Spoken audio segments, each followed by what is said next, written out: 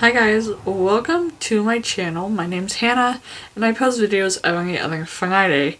That is a new schedule as well as some of the content I am making on this channel. I used to post a lot of true crime and then kind of vlog content. Within the past maybe 2 videos, this would be the thing. I really want to explore different content pathways, and I kind of did with the 2 previous videos. I have one video of me tattooing my mom, and the other is a video essay.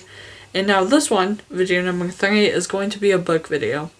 I have a few book videos sprinkled in to my channel already, but I don't really main plot that and focus that on my channel because that's kind of like a side hobby, like a side quest.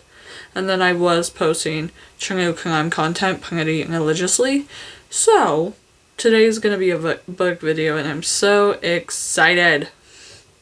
I have a bookstagram and I have a book goal of 75 books this year. I'm currently 6 ahead of that. And I thought, why not keep this ball rolling? Why not keep the good reading energy up and challenge myself to read 7 books in 2 weeks? That seems like a lot. I get that. But I thought I could probably do it. Most likely I could do it. Did I speak too soon? Probably. I'm currently reading 3 books and I've decided just to include those into this challenge because I'm going to have to finish them anyway. So I have 7 books total. I have 2 audiobooks, 2 Kindle format books, and 3 paperback books. So let me show you what we're working with. For paperback books, we have Before the Coffee Gets Cold. I have 3 of the 4 books in the series because the last one is that little pink one. Oh, where is she? That pink one. And it is Before We Say Goodbye, and she's in the stunning little pink. But when I went and got these ones, because I have the 2 other ones, my Target did not have the 4th one, so I'm hoping if I read this one and buy the 4th one with my paycheck, I'm gonna have a little head start mentally. Second off is a library read, library recommended, and it is the Grapes of Wrath, I believe. Yeah. Look at that bad boy. And I'm the 2nd person who's ever checked it out. Yay! Yippee! Lastly, we have Butcher and Blackbird. And I believe the 2nd book in the series just came out. So I might also pick that one up when I pick up the 4th in the Before the Coffee Gets Cold. I almost said trilogy, but there's 4 of them. And I'm about 89 pages in to this one. Love it so far. Hope we could keep that vibe going. For my audiobooks, I have The Wife Upstairs, which I'm about 64% of the way done with that. And then The Clinic, which I have not started, but that is a 13-hour audiobook. And then lastly, for my Kindle formatted reads, we have You Shouldn't Have Come. I always want to say You Shouldn't Have Come, but it just Shouldn't Have Come. And then Dead and Buried. Buried. How do you say buried? Buried? Dead and Buried? Yeah, that seems right. Yeah. There is 7 books in total on this list, and I want to get them done within 2 weeks. So, today, when I'm filming this, it's June 3rd, and by June 17th, I should have all 7 of them done. I'm not going to go based off time, but it's 2:52 right now. So I'm feeling kind of good about this. Like I said, I'm reading 3, so I know that every time I finish one of those 3 books, I'm gonna have that new win to me, and I'm super excited, because I love a little motivation moment, okay? Okay. I will see you soon.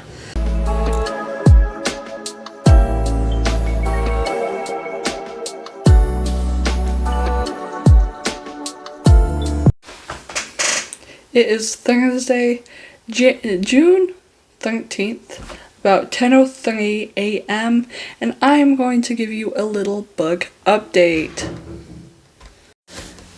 Before I get into any of the kind of descriptions and reviews, I want to mention that every single one of these in a 7-minute clip because they all have to be individually edited. So if something looks off, it's because it's individual clips, but I'm all filming in one go. So, yippee! Trip pushed her overboard.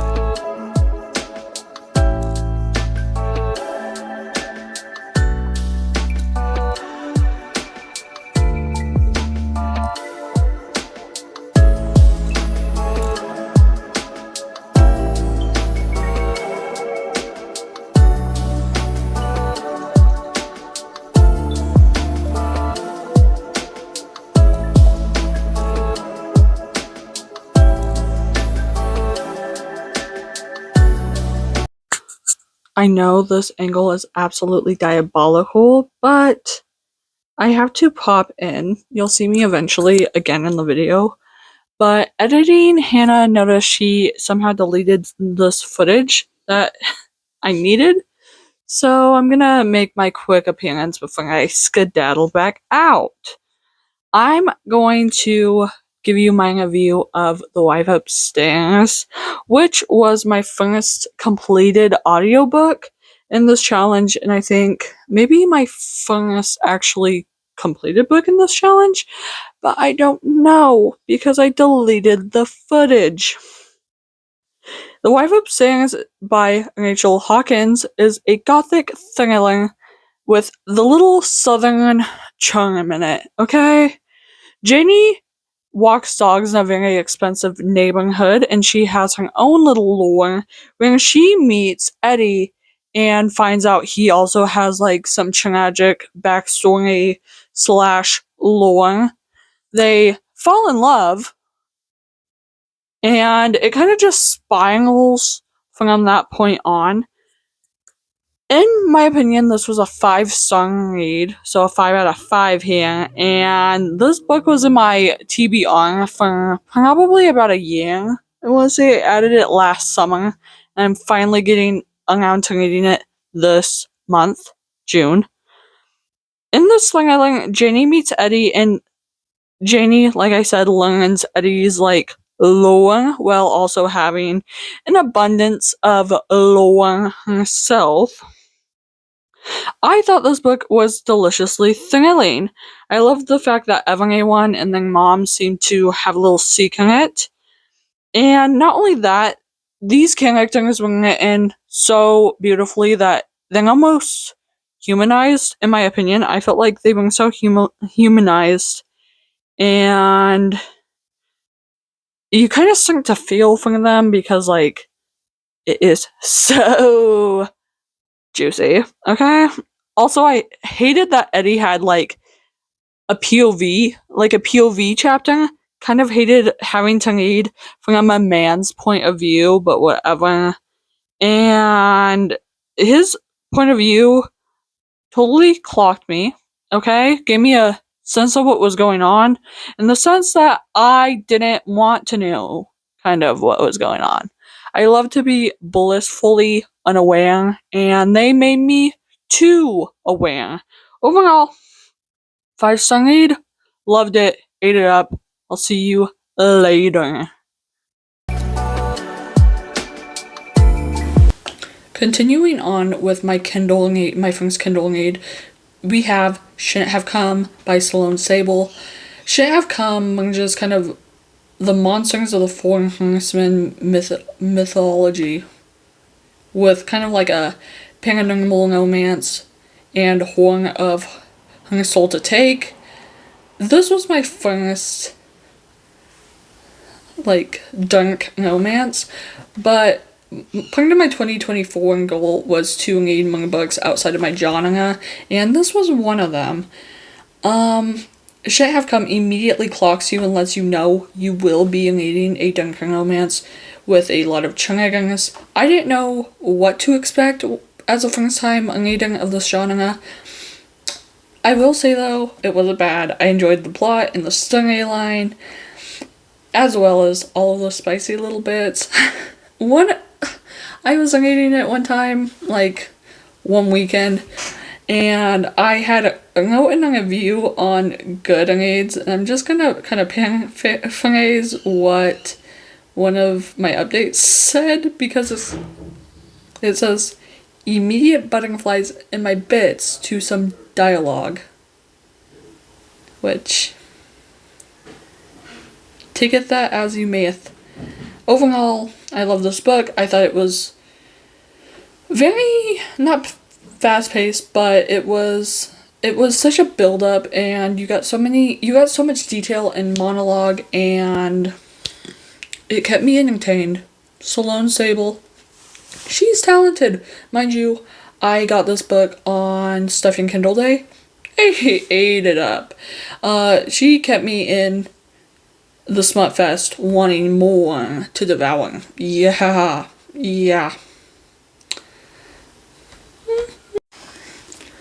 Lastly, in this kind of like what I've read so far, we have Grapes of Wrath by John Steinbeck. This was a librarian recommended read from one of my co-workers. Yeah. Grapes of Wrath is a classic American novel by John Steinbeck that tells the story of the Joad family who is forced to leave their Oklahoma home during the Great Depression and Dust Bowl, kind of. I believe the Dust Bowl took place in this storyline. But they have to uproot to California in search of a better life. Along the way, they face many hardships and challenges, but they never give up hope. This novel, people like to say, is a powerful indictment of social and economic conditions of the time, and it remains a relevant and important work of literature today, and I am going to say I do not agree. Yeah. One of the issues I had with Grapes of Wrath was the pacing. This one's about 400, just shy of 500 pages, but the original Grapes of Wrath is about 600 pages long, and it felt like it dragged on literally forever. This story lacks clear sense of direction, and the characters often seem to just wander from one place to the other. And it makes it quite difficult to stay engaged. I would also like to note that when my coworker, the librarian, recommends these reads, I go into it filled with the sense of I could like this, I could not like this, because once again, this is not in the genre I typically read, but my coworker was like, it's a classic. Sure. Another problem I had with this novel was the characters. I found them one-dimensional and lacking in depth. The Jodes are portrayed as noble and hardworking, but it's never fully developed or related to me in this book, and I also found the supporting characters to be forgettable. Yeah. Lastly, I was disappointed in the novel's ending. After all the hardships and sufferings that the Jodes find themselves in, the story concludes on a note of hope and optimism. The ending felt unearned and unrealistic to me personally. If you love Grapes of Wrath, talking shit, twin, but to me, it seemed like John Steinbeck was like, ooh, I want to finish this. I want to be done with this. Fair enough. Fair enough. I wanted him to be done about 200 pages before the actual ending. Like, I was over it. I found Grapes of Wrath disappointing and forgettable, and while most people consider it a classic, I believe there is other good titles from, this time frame that we should classify among as a classic instead of Grapes of Wrath. Yeah, Grapes of Wrath hater. In other updates, I am almost done with Butcher and Blackbird. I have not started before the coffee gets cold, and then I'm also reading The Clinic and Dead and Buried. The Clinic's an audiobook. Dead and Buried is my second Kindle read, and that Dead and Buried is going, okay? The past 2 weeks have been a blur when it comes to work and school. I'm finally done one more year, and you're looking at a business bachelor, okay? Peace out, Girl Scout. But I felt like when I was reading Dead and Buried, I read it, but it didn't stick in the sense of I'm reading this book. It was sticking in the sense of I am glazing over in this book. So I think today I'm going to eventually go back through and kind of read up to the point I'm at now. I think I'm halfway through, so. Butcher and Blackbird, I think I mentioned I'm almost done. I also just got the second book in that series, so this is what my copy is looking like now. I'm on page 304, and there's about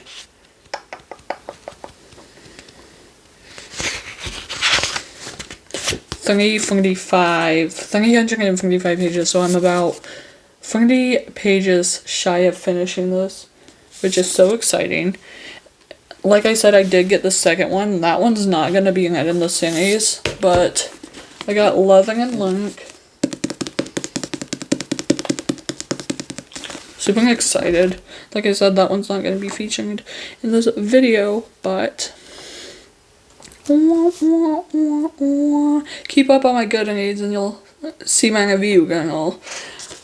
I have also not started before the coffee gets cold, but I did buy the 4th book in this series, and then I believe the 5th book is coming out in November, and I'm going to try and read all 4 of these ones before the 5th one comes out.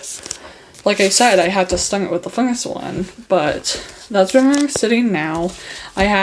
Today's Thursday, so I have 4 days to get this done, but I think my next update to this is going to be Wednesday, which I know I said I gave myself the 17th, but I am working 10-hour shifts the 17th and the 18th, so I will not have time to update until the 19th. Yeah, I'm giving myself 2 days. Wah, wah, wah, wah. Good morning, it is Tuesday, June 18th, and the challenge is technically done, but I'm going to talk to you about where I'm currently sitting book-wise. So I have read 6 out of the 7 books, and the 7th book that I'm still currently reading is my audiobook but I'm just merely like 4 hours shy of finishing it. So I think today when I'm at work, I'm gonna finish it and knock it out. And then tomorrow when I go to edit this, I'll just give you the rundown. I know that's technically cheating, but I literally have 4 hours of this audiobook left. So I'm gonna complete it. I did still technically fail this challenge for myself because I didn't read all 7 of them within 2 weeks, which is sad. I almost didn't think I was gonna finish before the coffee gets cold, but last minute yesterday at work I got it in its entirety, so I kind of ate with that.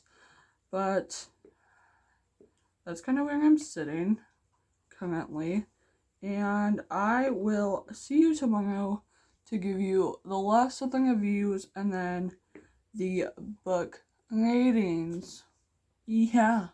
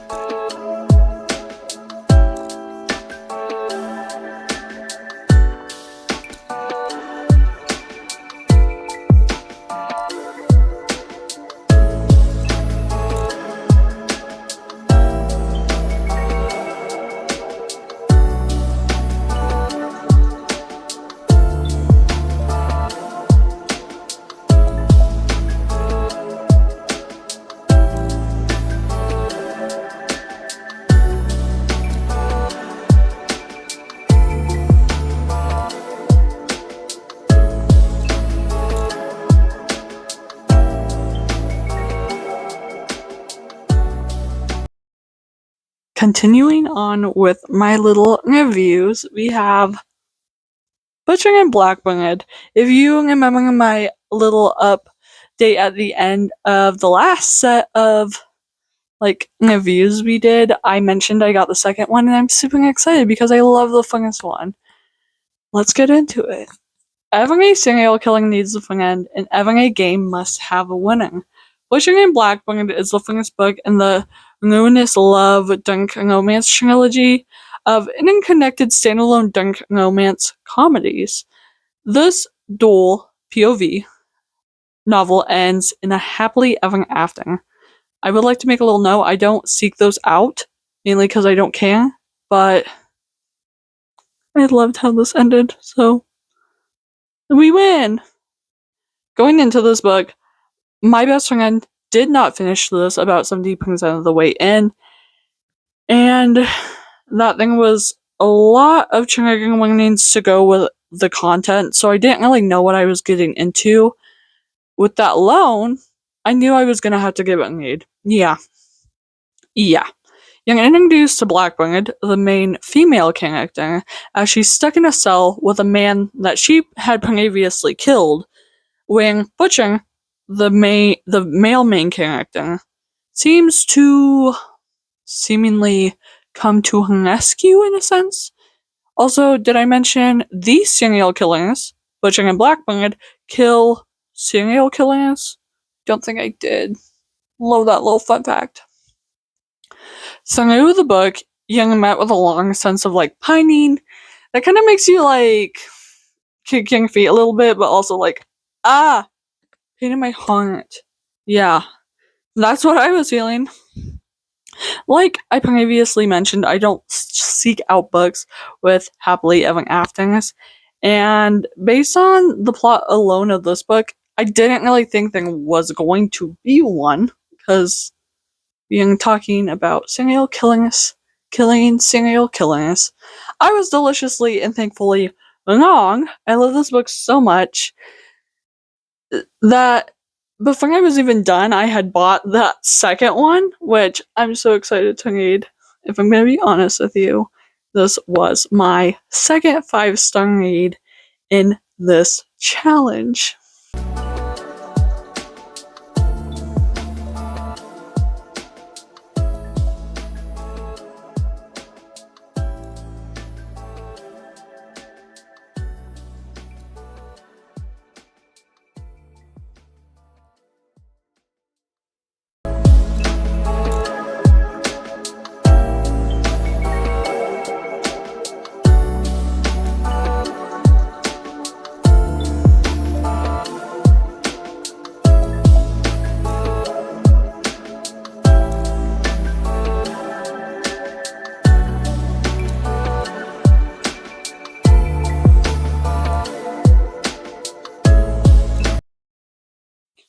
I'm going to get into Kindle Read number 2, Dead and Buried. Buried. I think we had this debate last time. Viviana Ross is dead and buried. This mafia princess has run away and has no intention to turning back to her mafia life anytime soon. This is a Dunk Reverse Harlem series with monolithic gay men and a badass female main character. Mind you, this is literally from the book's description. Getting into my review, I would like to clarify this was a Stuff in Kindle Day, and my first and last book, probably by Mel Lane. Dead and Buried wasn't necessarily bad, but the characters were a little bit too childish in the writing and the way they were just described, and the plot was just overly smutty. And I'm talking, we were smutty with everyone. Which, okay, girly pop. This is, once I said, this is very smutty, and this is coming from me, someone who enjoys an occasional smut. Just too smutty. Maybe I'm like too prudish. Also, this book left off on a cliffhanger, which I didn't enjoy very much. And the main character, the female badass main character, was a cheater. Point blank period. Okay, I think I rated this one a 3-star. Not even gonna lie. What? Last but not least, we have my third and final 5-star book of this challenge, and it's Before the Coffee Gets Cold. In a back alley in Tokyo, there's a little coffee shop that has been serving customers for over 100 years. They brew coffee very carefully, very specially. Mm-hmm. And they offer customers a once-in-a-lifetime, very unique experience. And the experience you're asking? To go back in time to relive and revisit certain memories. And Before the Coffee Gets Cold, we met with 4 stories. We have the lovers, the sisters, husband and wife, and mother and daughter. I said those not completely in order. I was going off the top of my head. And these stories are somehow, to me, they were all kind of interconnected, but I don't know if anyone feels that way. But I definitely cried reading one of them. So let me get into my review. I want to make a disclaimer that when I bought these books, I knew very little of them, but there was that sense of excitement not knowing what they were about. In this book in particular, I mentioned we get 4 stories, all tied to the cafe, and the whole time I'm thinking about the question that was asked at the beginning of the book. Who would I go back and meet at the cafe if I had the chance? I think all 4 of these stories were beautifully written, and while it was such a heavy read due to topics, it left me as a reader wondering what if. Overall, I love this book. And I am so happy I have the other three because I know I'm gonna be worthwhile based off just reading this one. Like I said, this was my last 5-star read. Long time no talk. I'm going to tell you about the second audiobook, which was The Clinic. The Clinic is a thriller set on the Pacific Northwest coast in a rehab clinic facility in which the the death of a woman inside prompts this woman's sister to enter the clinic as a patient in order to find out what really happened to her sister. I had a lot of cons with this book, so I'm gonna start there. Give you the bad before the good. It was a long book. I checked it out on Libby and they tell you how long it's gonna be. It was about 13, almost 13 hours. And then I listened to it at a 1.25 pace and it was still roughly 13 hours. It was a long 13 hours from a plot that I feel like everyone saw coming, like an ending. Typically, with plots like this, when it just seems too good, I find myself with this like new coming spunk to want to keep listening. In this case, I did not. A little backstory: Haley Banks is a country singer who suddenly overdoses and dies in a rehab clinic. Her sister, Meg, who works at a casino catching loan sharks, decides she's gonna go check herself into this facility to find out what happened. Some of the pros is character development. I feel like Meg, the sister, really started to take rehab seriously and then found like a sense of community within the clinic, which I ate up. Some would even say she found her sister in this little community, if you will. I think about 80% of the way through, Meg seemed to fall off the wagon a little bit and get a little cuckoo bananas, which could probably be like a withdrawal side effect from the prescription. No, it wasn't prescribed. The medication she was on, getting sober from. Which, when she fell off this wagon, it was a little entertaining, but very much irritating because, like, some of the things she did, I was like, missed the mark for me, girly pop. Also, I wanted Kanga and Max to get together. Max was like a therapist and Kanga ran the clinic. I was rooting for them, okay? Long time, no talk. I don't even have an excuse why it took me so long to edit this, but we're here now. Happy 4th of July. My pronouns are USA. Ah! No, on a real note, I hope you enjoyed this video. I loved making this video because it held me accountable for actually getting books read in my TBR. Don't mind that you guys are like knocking. I literally have you on my lap. As of now, I'm going to tell you kind of how many books I'm ahead on my little schedule. Oh no, does it not tell me? Oh no. On the web it tells you, so I feel like I'm being rigged. I'm probably like 9 books ahead of schedule, which like kind of eats, okay? Okay?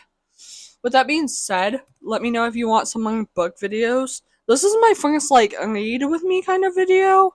Versus all of my other book videos have been like make my bookstagram with me, my book goals, books I want to read, kind of just like that. This was my first kind of like sit down, read and a review with me, which I kind of ate up. I had fun.